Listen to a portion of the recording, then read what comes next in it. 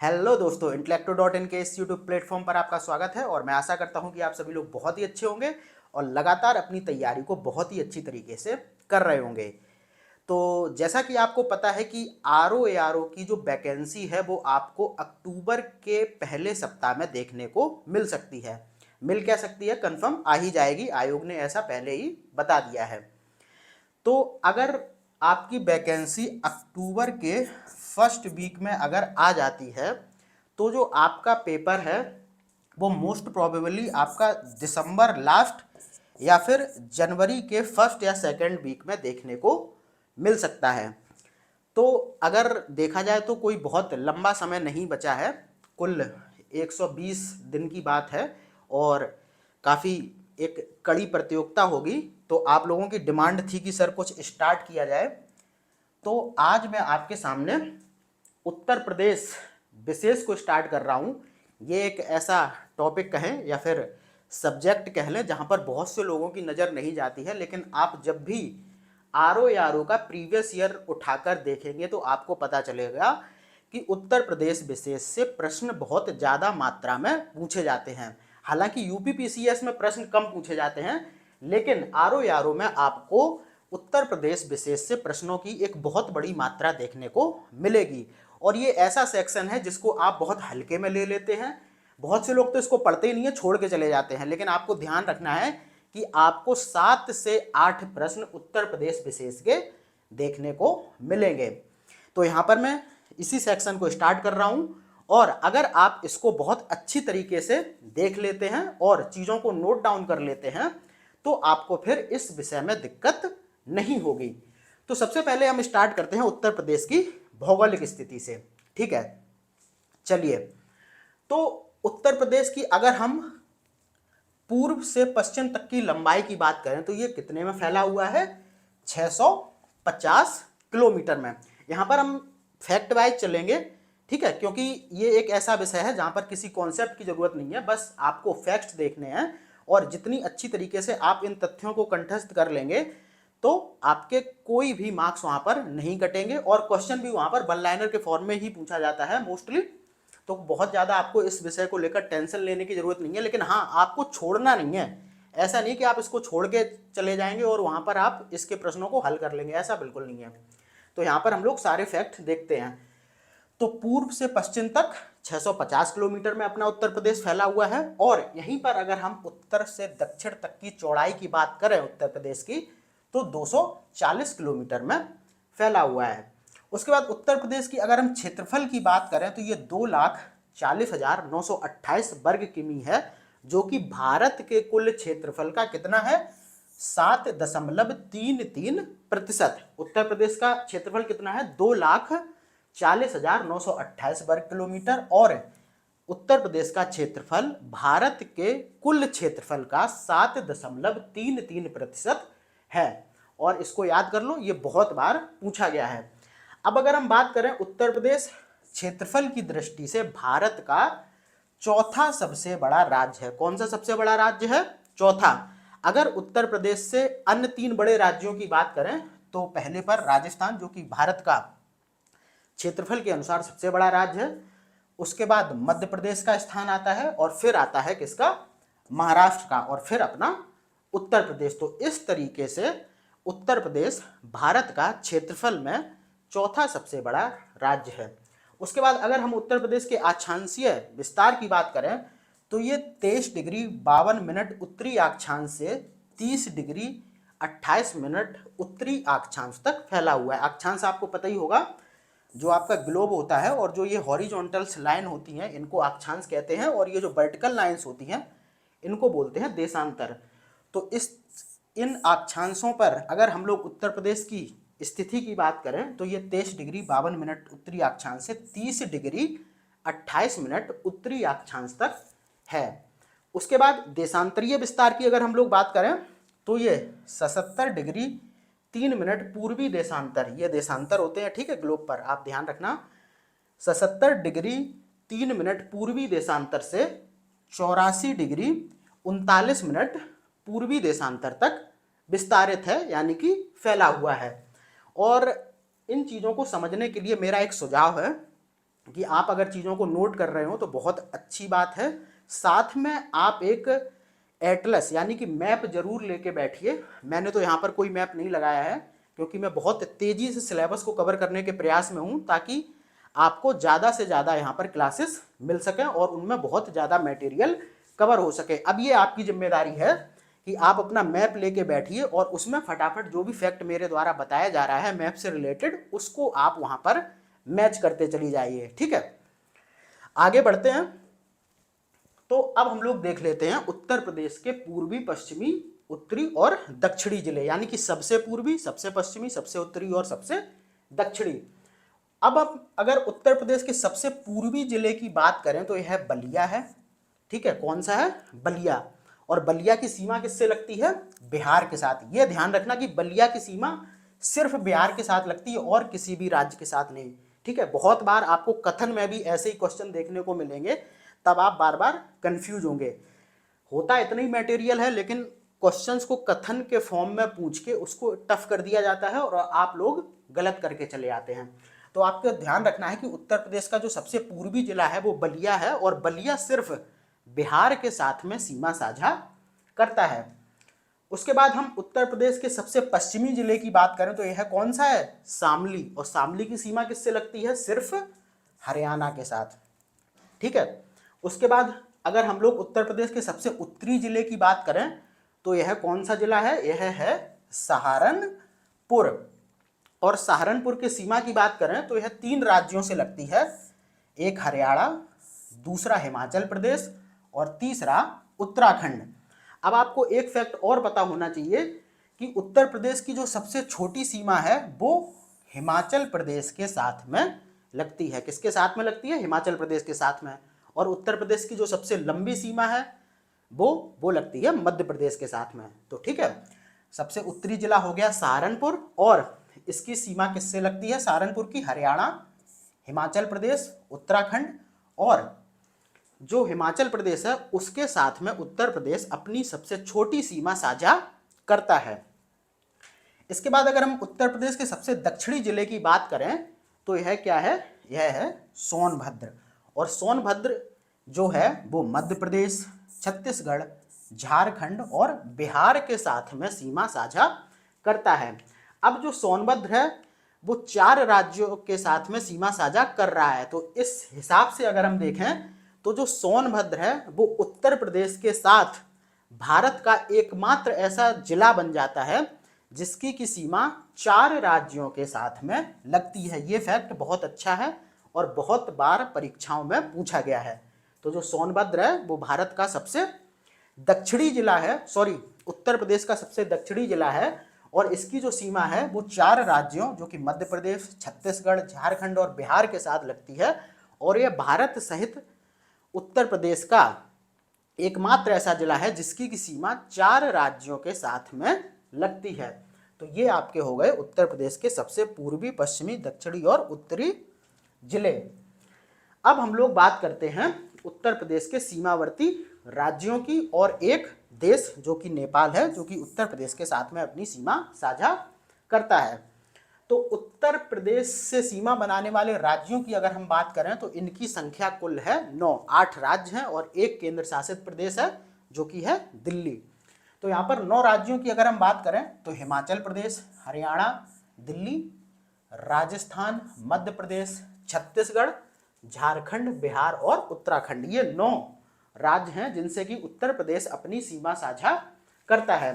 तो अब हम लोग देख लेते हैं कि ये जो सीमावर्ती राज्य हैं ये उत्तर प्रदेश के किस किस जिले से अपनी सीमा को स्पर्श करते हैं या फिर साझा करते हैं।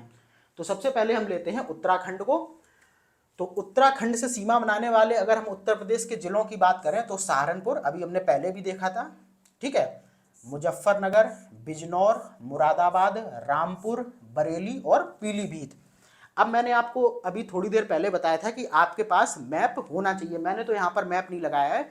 अब आप क्या करिए, जैसा भी जो भी मैं बोल रहा हूँ आप हूबहू उसको मैप में मैच करके देखिए, ताकि आपकी जो व्यवहारिक पकड़ है उत्तर प्रदेश की भौगोलिक स्थिति पर वो अच्छी हो सके और आप प्रश्नों में कंफ्यूज ना हो। ठीक है, तो उत्तराखंड से सीमा बनाने वाले जिले हैं सहारनपुर, मुजफ्फरनगर, बिजनौर, मुरादाबाद, रामपुर, बरेली और पीलीभीत। उसके बाद हरियाणा से सीमा बनाने वाले जिलों को हम लोग देख लें तो सहारनपुर, शामली, बागपत, गौतम बुद्ध नगर, अलीगढ़ और मथुरा, ये हरियाणा के साथ में सीमा बनाते हैं। उसके बाद दिल्ली से जो सीमा उत्तर प्रदेश के जिले बनाते हैं वो हैं गौतम बुद्ध नगर और गाजियाबाद। गौतम बुद्ध नगर मतलब नोएडा, ठीक है। राजस्थान से हम लोग देख लेते हैं तो राजस्थान से उत्तर प्रदेश के सिर्फ 2 जिले सीमा बनाते हैं, जो कि है आगरा और मथुरा।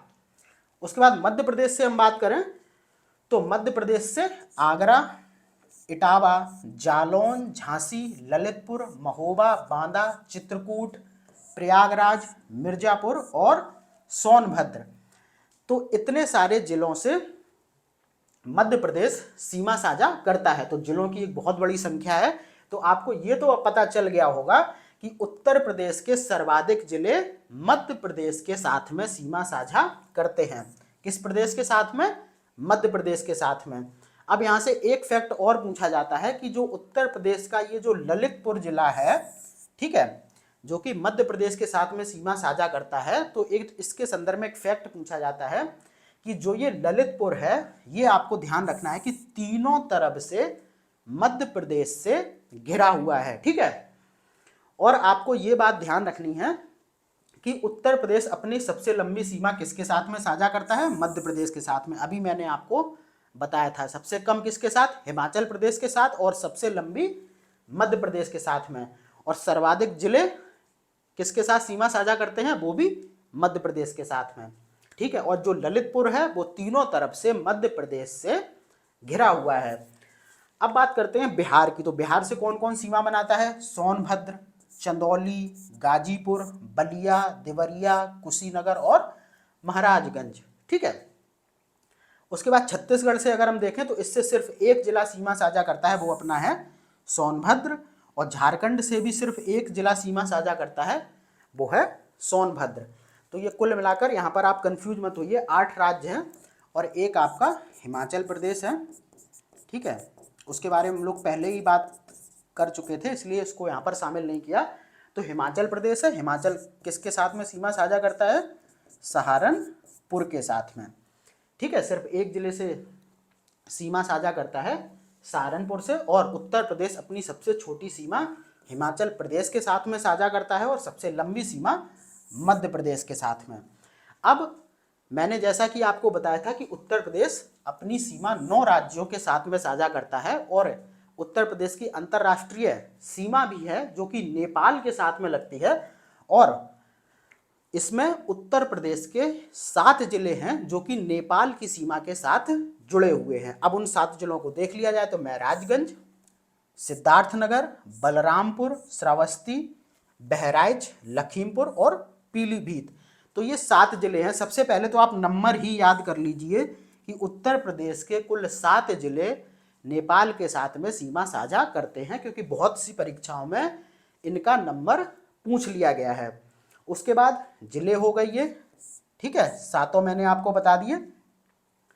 और एक चीज और, जैसा कि यहाँ पर आप देख रहे होंगे, बहुत ही सूक्ष्म दृष्टि से इन नोट्स को तैयार किया गया है, इसीलिए कि आपका एक भी प्रश्न ना छूटे। देखिए अब यहीं से कितने फैक्ट बन गए। एक तो कितने लगते हैं जिले, तो 7, 7 के नाम आप याद कर लीजिए।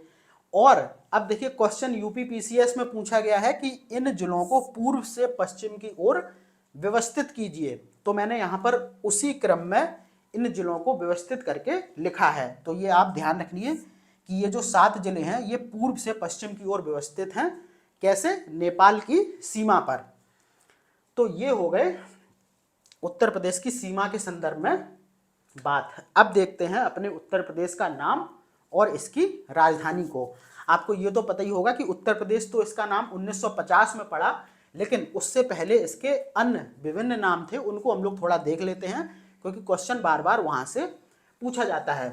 तो जो अपना आज का उत्तर प्रदेश है उससे 1836 में उत्तर पश्चिम प्रांत के नाम से जाना जाता था। किसके नाम से? उत्तर पश्चिम प्रांत। उसके बाद 1877 में इसका नाम फिर चेंज कर दिया गया और इसे उत्तर पश्चिमी प्रांत आगरा एवं अवध कर दिया गया 1877 में। उसके बाद भाई 1902 में इसे आगरा व अवध का संयुक्त प्रांत कहा जाने लगा। ठीक है, आप एक एक चीज को बहुत अच्छी से देखिए, और यहां पर जो याद करने वाली चीज है वो है ये वर्ष। ठीक है, किस वर्ष में इसको कौन सा नाम दे दिया गया?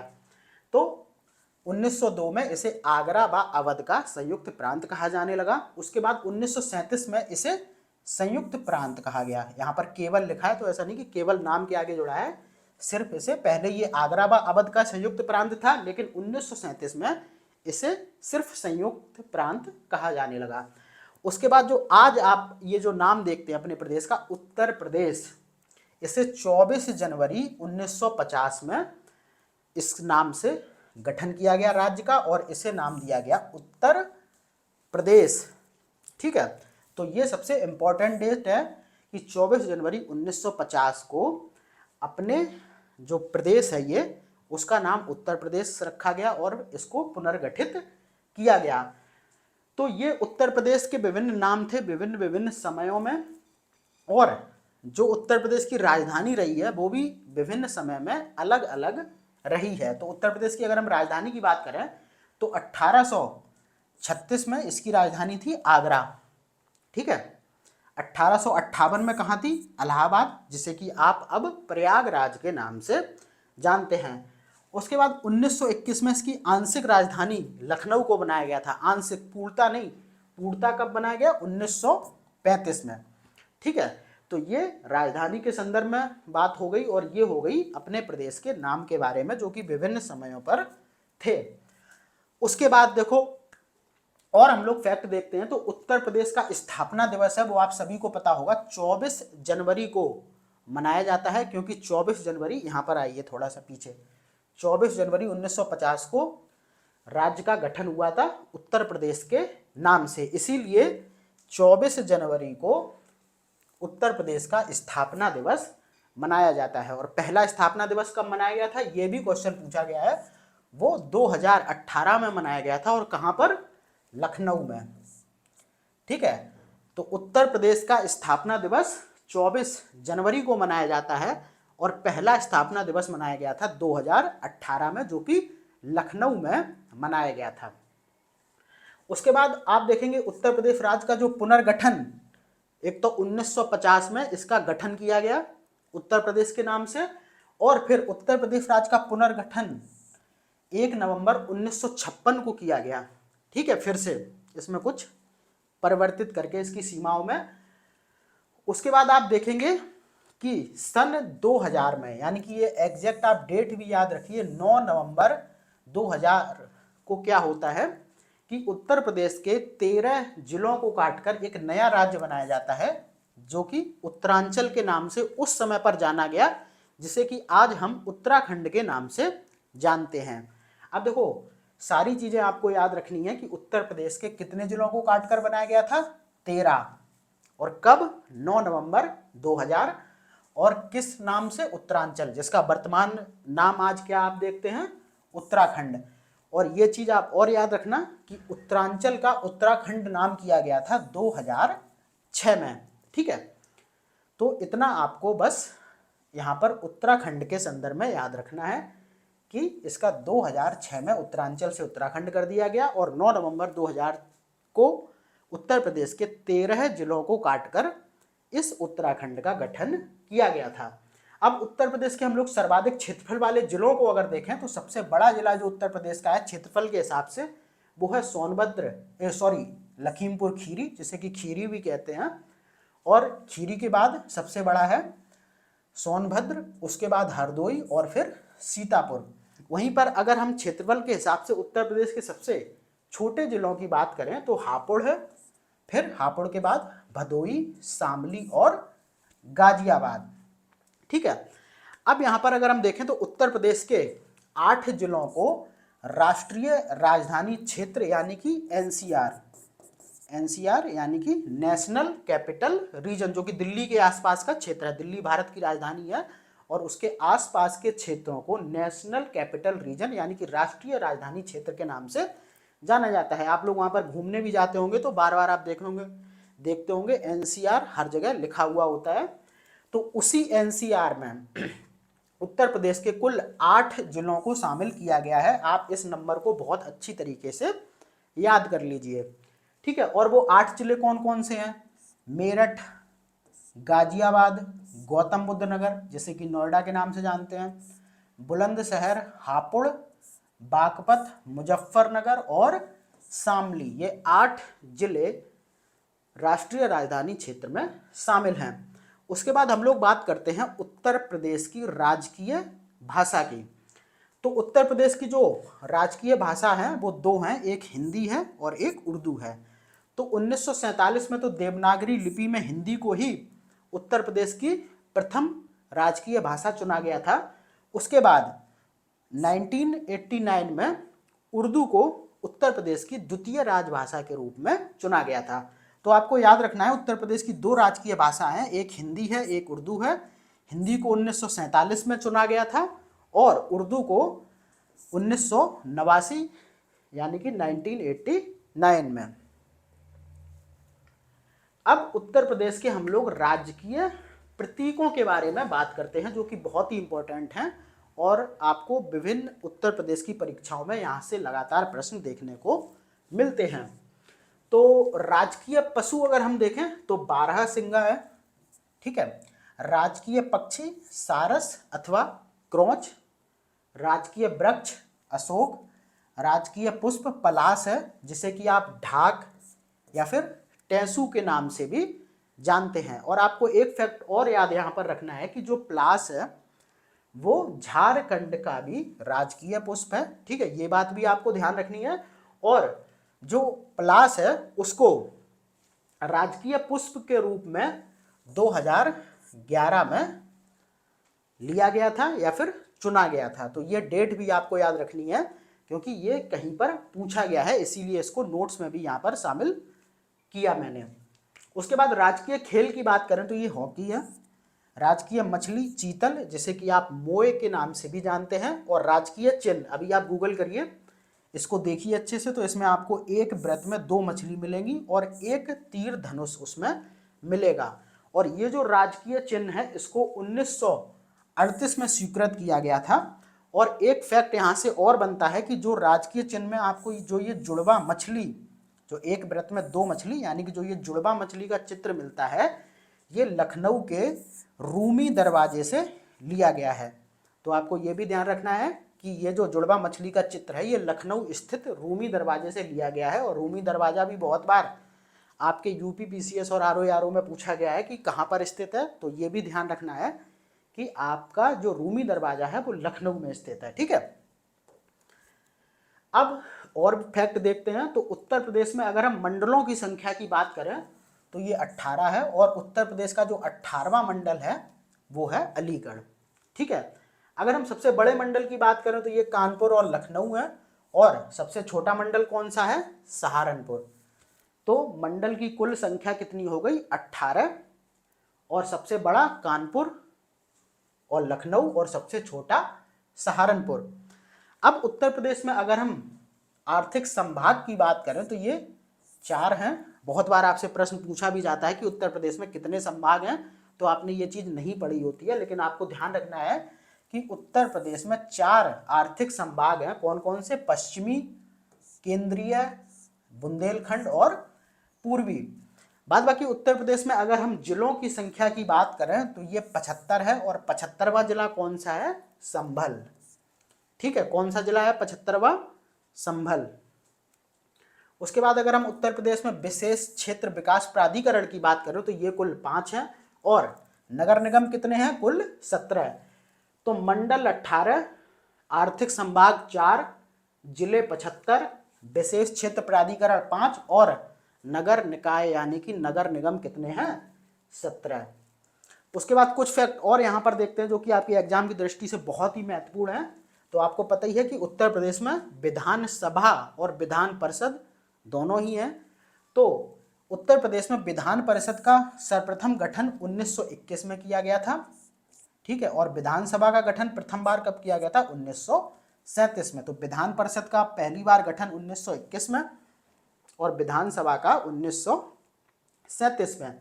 उसके बाद विधानसभा के कुल सदस्यों की संख्या की बात करें तो ये अधिकतम संख्या कितनी है, 404। ये बहुत इंपॉर्टेंट है, बहुत बार ये नंबर्स आपके परीक्षा में पूछे जाते हैं। तो विधानसभा सदस्यों की कुल संख्या 404, विधान परिषद 100, लोकसभा सीटें कितनी हैं 80 और राज्यसभा सीटें हैं 31। देखो इसको एक बार फिर से आप लोगों को मैं बता देता हूँ, आपको कंफ्यूज नहीं होना, और ये बहुत बार प्रश्न पूछा जा चुका है।